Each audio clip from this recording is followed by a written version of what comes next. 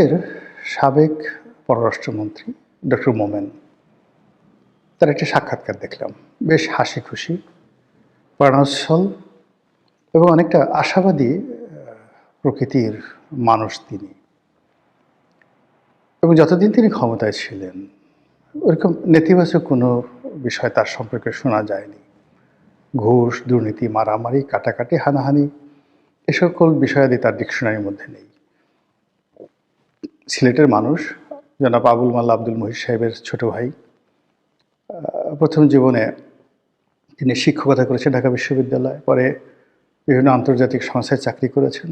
আপাতমস্তিক একজন নিরেট ভদ্রলোক মানুষ। তো যারা তাকে দেখেছেন দেখবেন যে তার মাথায় দীর্ঘদিন পর চুলা ছিল, এখন তিনি পুরো টাক মাথা করে ঘুরে বেড়ান, মুখে দাড়ি রেখেছেন। এবং তিনি যখন মন্ত্রী ছিলেন তখন যে তার চেহারা সুরত ছিল তার সাথে এখন তার চেহারা সুরত ভালো হয়েছে।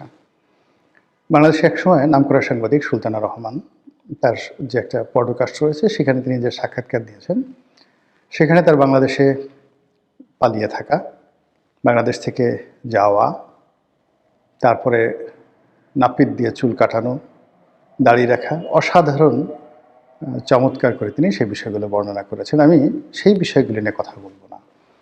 আমি যে বিষয়গুলি নিয়ে কথা বলবো সেটা হলো যে এই ভদ্রলোকের কথাবার্তার মধ্যে কোনো রকম মুনাফেকি নেই এবং এই কথাবার্তার মধ্যে রাজনীতির কোনো কৌশলতা নেই।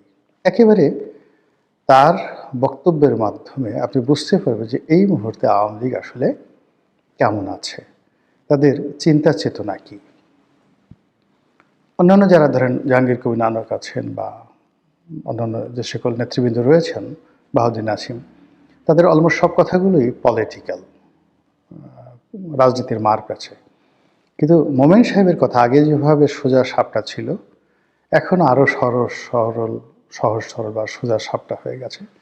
তিনি নিজেই বলছিলেন যে তিনি সহজ সরল প্রকৃতির মানুষ। তিনি বাংলাদেশে অনেক দিন পালিয়েছিলেন এই কারণে যে তার একটা আত্মবিশ্বাস ছিল যে যেহেতু তিনি কোনো অন্যায় করেননি, কর্মজীবনে কাউকে মারেননি, কারো বিরুদ্ধে একটা মামলা করেননি, কাজেই তিনি কেন পালাবেন। কিন্তু পরবর্তী তিনি যখন দেখলেন যে তার বিশ্বাসের সঙ্গে আসলে মিলছে না, অনেক কিছুই বাংলাদেশে ঘটছে যেখানে নিরপরাধ লোকগুলো মামলা মোকদ্দমায় ফেঁসে যাচ্ছেন, তখন তার স্ত্রী মহোদয়া তাকে যে প্রেশার ক্রিয়েট করলেন, বুদ্ধি দিলেন এবং সেই বুদ্ধি অনুযায়ী তিনি একেবারে পালাতে পেরে ভীষণ রকম আনন্দিত। তো যেটা আলোচনা করব আজকের এই ভিডিওতে, তিনি তার সেই সাক্ষাৎকারে একটি জায়গাতে বলেছেন যে ডক্টর মোহাম্মদ ইউনূসের উচিত খুব দ্রুত বাংলাদেশ থেকে চলে যাওয়া এবং একটি তত্ত্বাবধায়ক সরকারের হাতে ক্ষমতা দিয়ে।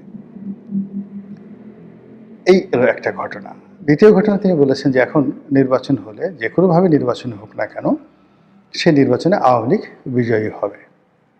আর আওয়ামী লীগ যদি বিজয়ী হয় তাহলে তো ডক্টর মোহাম্মদ ইউনূস যেতে পারবে না। আওয়ামী লীগের যারা লোকজন আছে তারা তাকে পিটুনি দেবে, ওই আগের মতো তারা তাকে পিটুনি দেবে।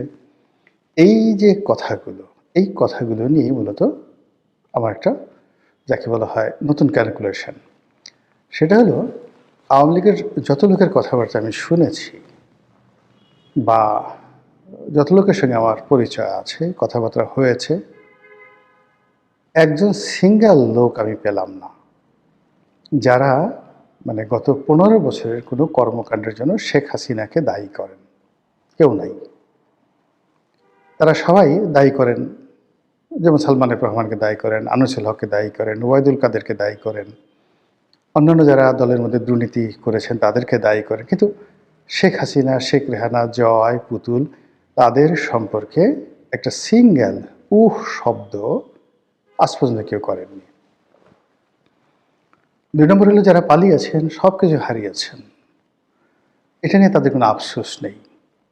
তারা খুব দ্রুত ফিরতে চান, আর এই ফেরার জন্য তারা এক বুক আশা নিয়ে বসে আছেন। আর তাদের যে মিনতি, তাদের যে আকুতি, সবই আওয়ামী লীগকে নিয়ে, সবই শেখ হাসিনাকে নিয়ে। দরকার হলে 10 বছর পরে থাকবেন। আমি অনেককে বলি যে আপনি তো 20 বছর আগে ফেরত আসতে পারবেন না। তখন বলে হয়তো মরেই যাব, 20 বছর তো বাঁচবো না।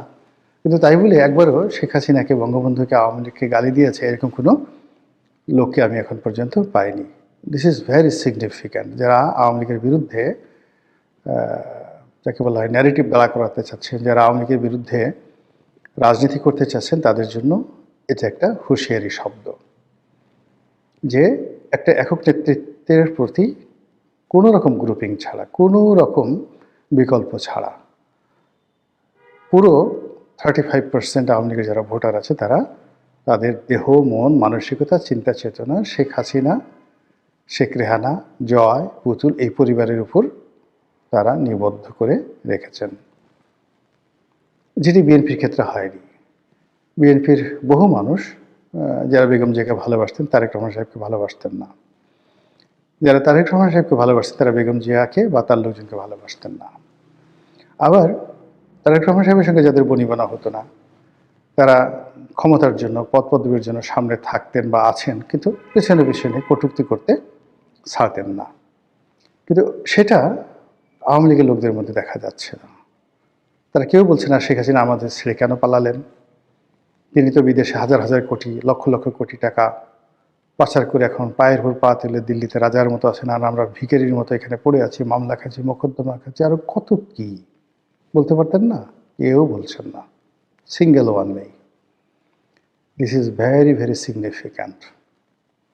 থার্ডলি হলো যে শেখ হাসিনার দৃঢ়তা, আপনি এটিকে কনস্ট্যান্ট বলতে পারেন ইংরেজিতে, এবং কনসিস্টেন্সি, মানে তিনি যে কথাগুলো বলছেন সেই কথার উপরে তিনি স্থির আছেন, ফ্লাকচুয়েট করছেন না। আর যে কথাগুলো বলছেন ধারাবাহিকভাবে, কনসিস্টেন্সলি যেটিকে বলা হয়, ধারাবাহিকভাবে একই কথা বলে যাচ্ছেন।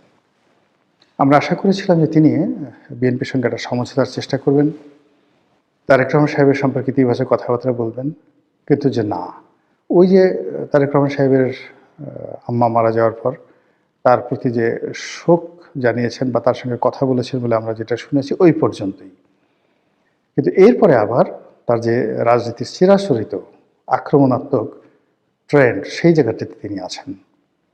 তারেক রহমান সাহেব ব্যাপক পরিবর্তন হয়েছেন, সুন্দর করে কথা বলছেন, শালীনভাবে কথা বলছেন, পরিমিত বোধ রাখছেন, কাউকে আক্রমণ করছেন না, কারো প্রতি কোনো অভিযোগ দায়ের করছেন না, কারো বিরুদ্ধে কোনো নেতিবাচক মন্তব্য করছেন না, তার মতো করে তিনি কাজ করে যাচ্ছেন। কিন্তু শেখ হাসিনা সেটা না। অর্থাৎ তারেক রহমান সাহেবকে যারা বিভিন্ন রকম নেতিবাচক আলাপ আলোচনা করতেন তার সম্পর্কে, তাদের বক্তব্য হলো যে তাদের নেতার ব্যাপক পরিবর্তন হয়েছে।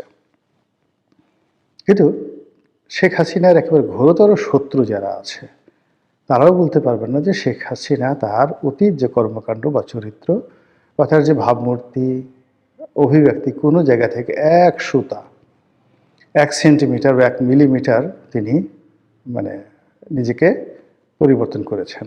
তিনি আগের মতোই আছেন। কারণটা কি? কারণটা হলো যে তার কাছে এখনও মনে হচ্ছে যে শি ওয়াজ রাইট, তাকে অন্যায়ভাবে হটানো হয়েছে।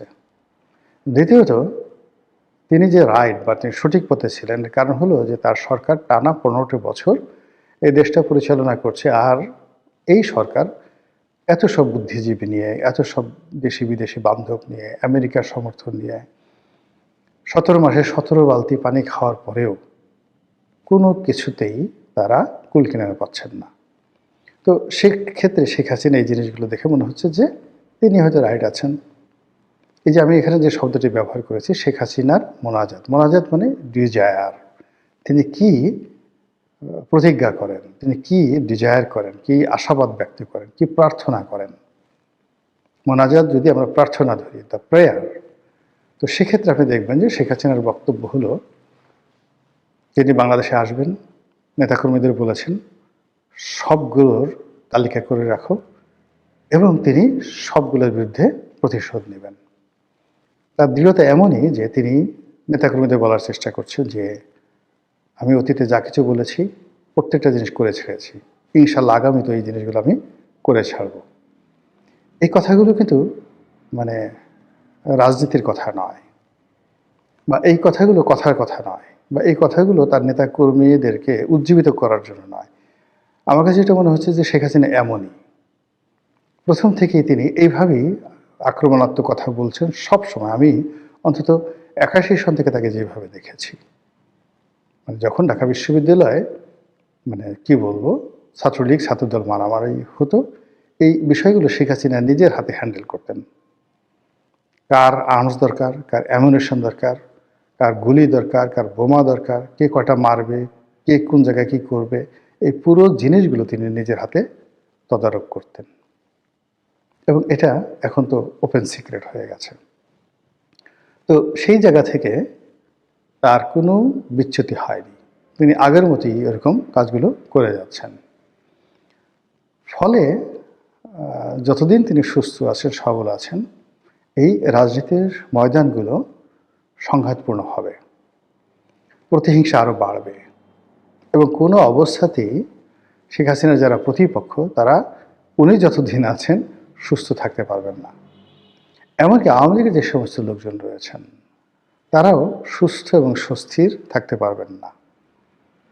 এর কারণ হলো যে এটা আমি এখন কীভাবে বলবো, ধরুন আওয়ামী লীগের লোকজন শান্তিপূর্ণভাবে একটা মিছিল করলো, তো তারা জানে মিছিল হচ্ছে, শেখ হাসিনা দিল্লি থেকে গোপনে তার 2 জন কর্মীকে বলল মারো বোমা, বোমা মারলো, একটা দুর্ঘটনা ঘটে গেল, মামলা হলো এবং সেই মামলায় ওই আওয়ামী লীগের যারা লোকজন আছে তারা পাইকারি হারে সবাই পড়ে গেল।